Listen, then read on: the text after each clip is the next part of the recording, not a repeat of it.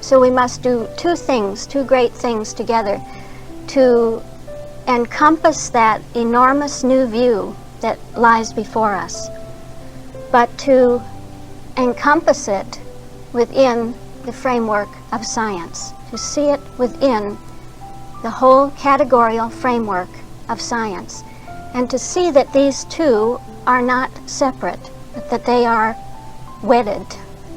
The bigness of the idea, the newness of the idea, the greatness of it is one with the structure of science, the structure of being itself. Do we see what love has been doing all along? How does the seventh standpoint look back and sweep up within itself all of those first 6,000-year periods? And this 23rd Psalm gives us that atmosphere of consciousness. So as mind, you can see that consciousness is no longer objective. It isn't objective. It is subjective. So consciousness says, love is my shepherd. Love has always been the shepherd. Love has always been there, has always been the one that was leading everything along that ascending way. It was love that caused the first light to break. It was love that was the attractor in the Word, that attracted us to that Word, that attracted us to the light. So love is the one that has been leading me. From the first dawning of that light, the first inkling of that light, it was always the light of love. And therefore, there is nothing I can want for in this consciousness. There's nothing left to want for. Love has given me now love's mind, that I can see that everything was love, that I know that everything was love. So I am at the point of love's mind. I have love's mind, and I can't want for anything else. Isn't that true? That to have the mind of love is to have no want. Nothing left to want. No desire is left. So that textbook that begins with desire, the desire of mind, is absolutely fulfilled in love. That, as she says in the Apocalypse, that the spiritual idea will guide all right desires in their passage from sense to soul, up to the glory prepared for them who love God. So I am love's mind. And then the text goes on. And we see it's been divine love is my shepherd, I shall not want. As spirit, love maketh me to lie down in green pastures. Love leadeth me beside the still waters. So love has brought me into green pastures.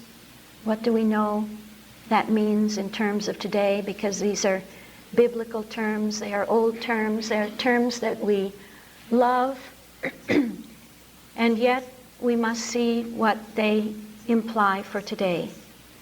That love has brought us into the infinite field of spirit, into those green pastures, the infinite field of spirit, into the full consciousness of love's field as the field of spirit. And it's a productive field, a fertile field. That field that we've looked at this week is green fertile, burgeoning, ever new. It's a field of consciousness. Love has brought us into the full consciousness of love's field, love's transparent field, which is the field of all fields, and led us beside still waters. Here we have the waters again, still waters. Whenever you have still waters, you have that sense of like knowing like, of being face to face, of having that pure reflection, that now we see that everything reflects love. That we are face to face with love. That actually we were always face to face with love. Even when it looked like turbulent waters, flood waters, disturbed waters, chaotic waters, that it was always love's still waters. The sense that love is infinite in its transparency and its reflection, and that the whole ascending way and descending way is bringing us to the understanding of that and the demonstration of that understanding. So that I am the likeness of love. I am love's own likeness. I am love's own reflection. It's just one value. And you see that really happening in the whole world, that love is raising up that understanding. It may look like the science of chaos or the science of turbulence or a breakthrough in mathematics to see into a higher form of mathematics, a higher kind of equation than has been seen before, or a new kind of physics, or the breakthrough to seeing beyond a particulate form to the form of fields. All these breakthroughs are love. Love's field breaking in on every other field and bringing out just one value, so that now we are at the point of maximum order. We are love's own complex idea. So we come to soul. Love restoreth my soul. Spiritual sense. Love has restored me to what I am. Love restores us to what we are, what we have always been, eternally been.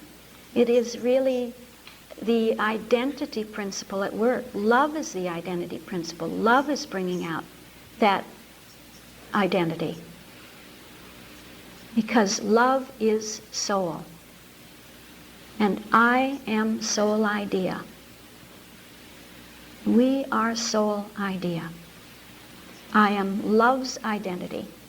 And so now I have no other sense of things, you see, but the spiritual sense. No other sense of what has been going on, but love sense. Do you ever touch that? Do you ever have glimpses of that where you suddenly see your whole life pass before you and you realize it was love? Have you ever had that? Yeah. And when you have that consciousness, you think you will never lose that.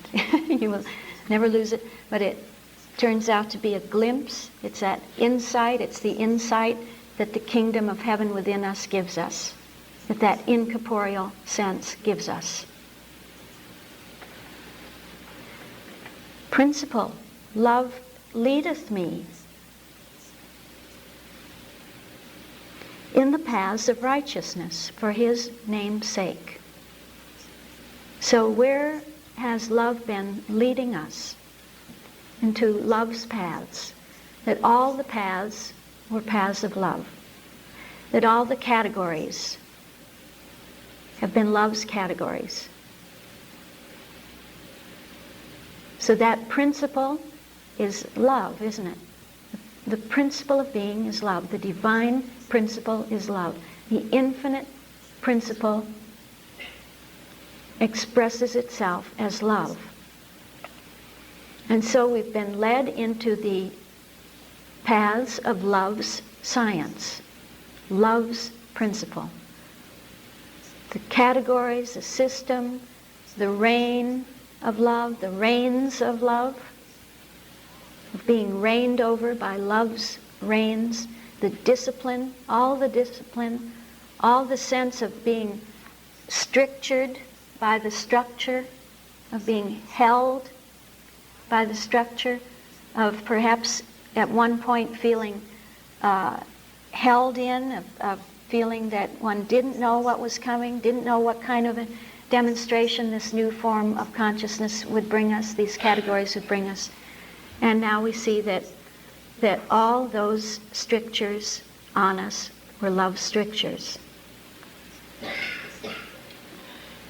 And why? Why? Because love did it for its own sake. Love does it for its own sake. Love is its own reason, you see, for His name's sake, for love's name's sake. As though love would say, I'm my own purpose. I do it out of myself, through myself, as myself, for myself. The whole thing is stamped, that everything is stamped in our experience with the pattern of divine science, so that nothing can happen to us or with us that isn't of that pattern, that it is out of love and through love and as love and for love. So that love says, I do it for my own divine science. I do it because you are my idea. We are the idea of that principle which love is. Life. Yea, though I walk through the valley of the shadow of death, I will fear no evil. For love is with me. Love's rod and love's staff, they comfort me. So love says, I am with you. Love is with us. Love's been with us the whole way, the whole time, every moment. It's that sense of the ever-presence of love, that there never was a reality in that sense of the mortal, in that death valley of the mortal concept, or the shadow, even the shadow of that mortal concept, never had any reality, because love was present every instant. Love is life. Love, therefore, is every instance, every experience. Everything that looked like another experience was love working out the perfectibility of us. Perfectibility that brings us into this consciousness that we see that love is life. And so our life is love. As though life would say, love as life would say, my influence is ever present in human consciousness. You know that gorgeous statement in preface where Mrs. Eddy is talking about the healing of Christian Science, the physical healing of Christian Science, saying that it is present now as in Jesus' time, explaining there, as she does, that it is the operation of a divine principle. And she says, now as then, these mighty works are not supernatural, but supremely natural. They are the sign of Emmanuel, or God with us. God with us, love with us. And what is that God with us? She says, a divine influence ever present in human consciousness. That there's never a moment when God isn't present with us in human consciousness. Think of it. Never a moment are we left alone, because love is life, ever present. And she says, ever present in human consciousness and repeating itself. Repeating and repeating, and so we hear that feedback circuit of how love as life works to take us out of the whole mortal concept, the time concept, the limited concept of what we are as love's idea.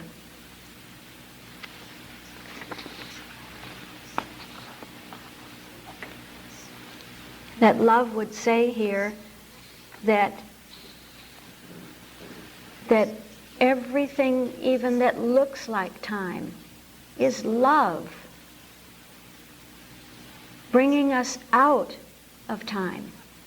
That the infinite cycles, you see, of those paths of love, the infinite feedback principle of those paths of the righteousness of love, are the cycles of divine science. And they have brought mankind, they are bringing mankind right out of the whole concept of time. First they brought forth time with that big bang, bringing forth the beginning of the going out of time, the cycling out of time to the isness of being. Because everything is out of myself, through myself, as myself, for myself. And this is the pattern that stamps every stage of the development of time, history, evolution, all, the whole universe. And so there is no evil. There just isn't any evil, that's all. Every experience belongs to the cycling out, the going out of the mortal concept, and this is good. There is no evil. Even the so-called death experience would be reinterpreted that the only thing that ever dies out is the mortal concept of life, while the immortal concept gathers and gathers definition and fullness and conscious certainty.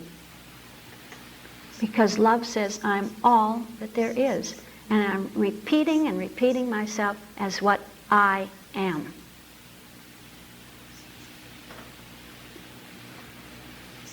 This is guarding and guiding everything. This is the rod and the staff that comfort us. And so we come to truth. Love prepareth a table before me in the presence of mine enemies. Love anointeth my head with oil, my cup runneth over. So there is more.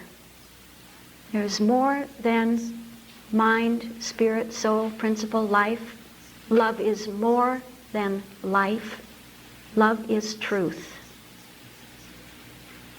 There are more than 5,000-year periods. There is a 6th and a 7,000-year period in each individual consciousness. And all this that we have seen about love so far, love being mind, love being spirit, love being soul, principle, and life, just as all that we have seen about those first 5,000-year periods has been a preparation for the fact that love is truth and love is love. So love was preparing something, preparing us for something, right? Preparing something for us much higher and deeper than what we have had. Love is preparing a table before us. love prepares a table before us. We're at the point of truth. It is a truth table. A table of truth. Isn't that what love has been doing? Preparing a table? You know what a table is? A chart, a model, a matrix, a calculus matrix. We get a new table descending from heaven. It's the 4 by 3 that first appears as the higher 4 by 4. And you know that it says of that city, it doesn't just speak about the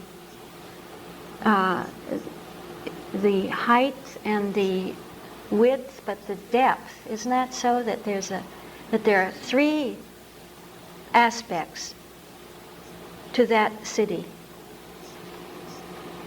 So that in a sense it is a 4 by 4 by 4. And so we get the further deep structure of the whole picture of reality, the further demonstration of the principle. We've said that we get, in another sense, a new 4 by 3. That the 4 by 4 by 4 is a 4 by 3. Am I now confusing you? We have 4 on the level of divine science. We have 4 on the level of absolute Christian science, and we have 4 on the level of Christian science.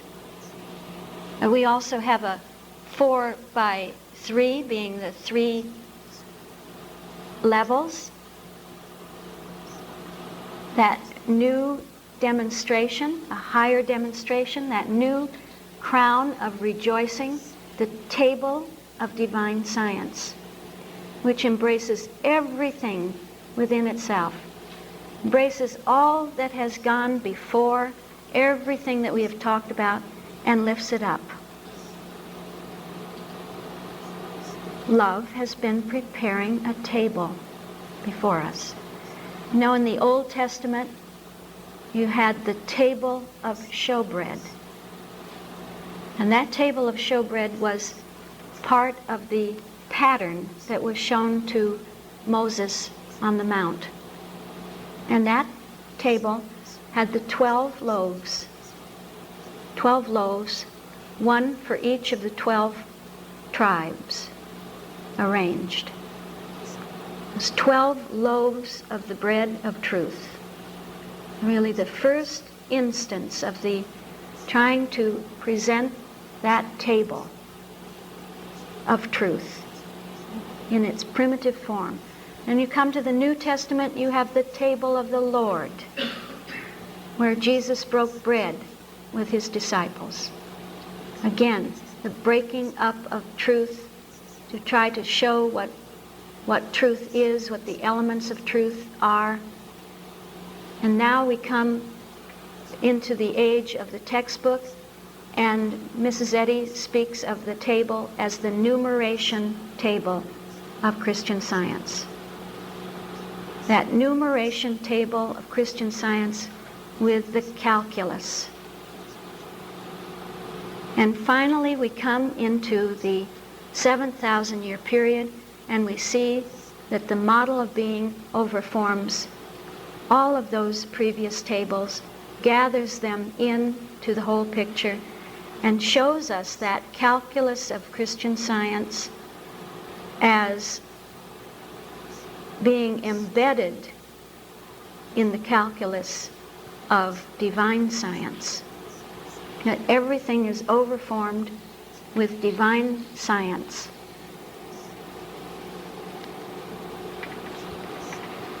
She says the purpose and motive to live aright can be gained now.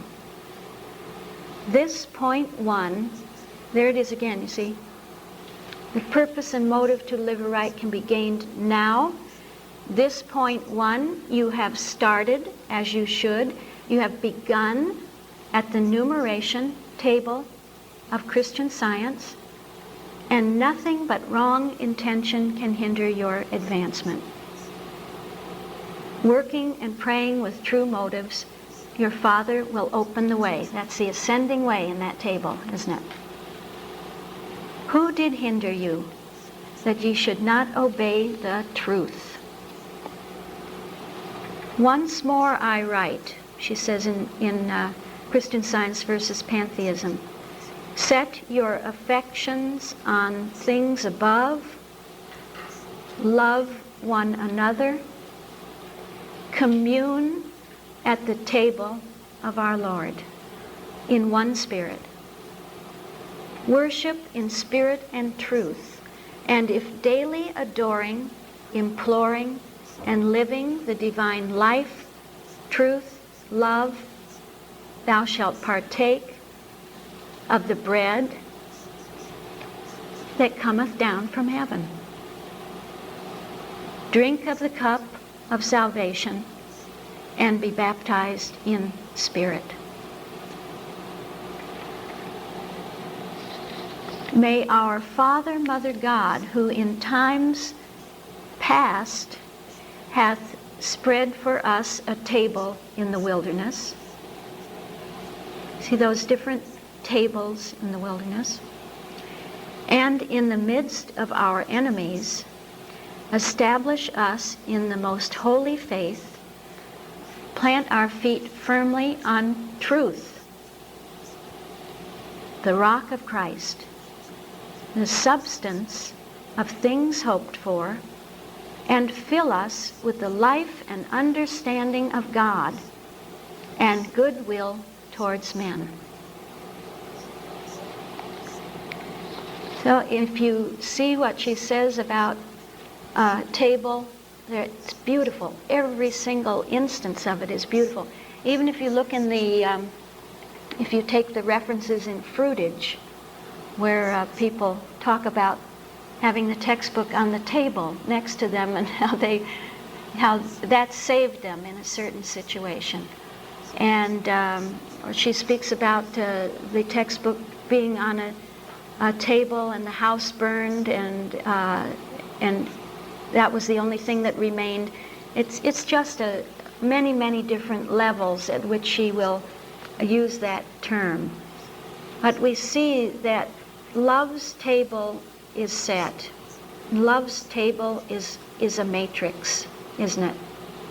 Love prepareth the table before us.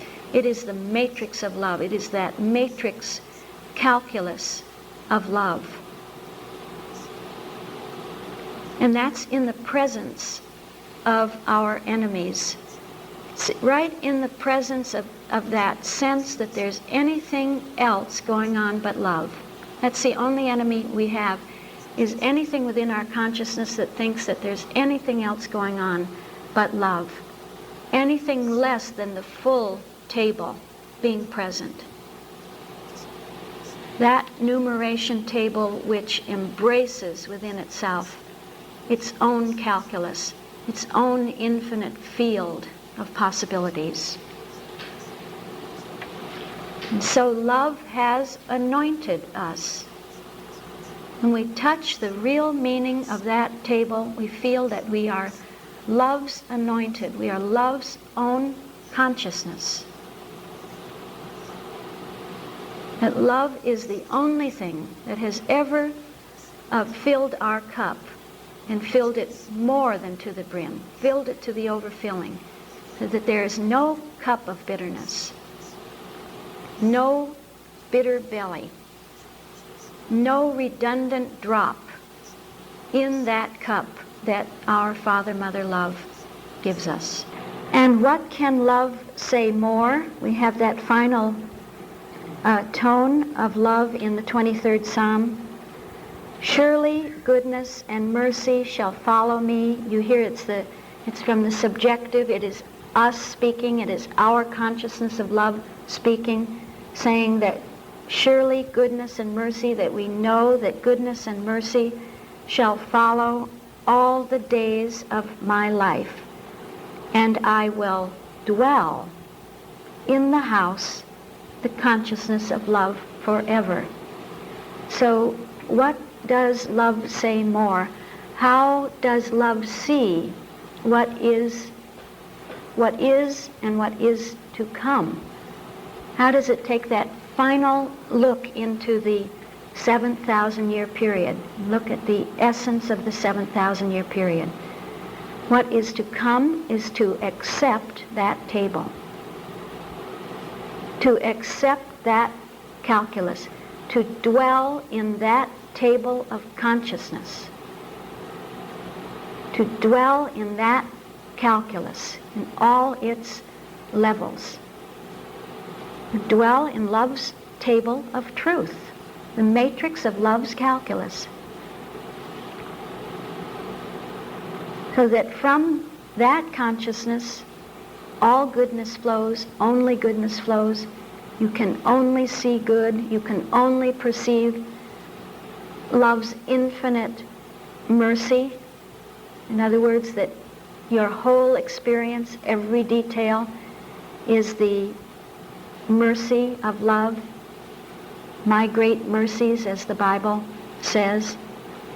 And so it's really the implication that we must sit down at love's table. We must sit at love's table. And as Mrs. Eddy says, that she says, I begin at the numeration table of Christian Science at the feet of Christ, something like that. That she sits down at that table. We have to partake of it, to eat of it, become one with the primal elements of truth and love, become one with divine science, and then indeed we have no more need. So isn't that a beautiful thing, that 23rd Psalm? As though to show us where consciousness will dwell in the next 1,000-year period, where it's all leading, where the form of the 6,000-year period, this textbook, is leading to, not to the model of being, but to the consciousness of the model of being. Not to capitalized terms, but to the consciousness of the capitalized terms and the categories. And that involves within itself a whole way, a twofold way of ascending and descending, and ascending again and descending and ascending and descending. Because in that final descent of the 23rd Psalm is again an ascending way.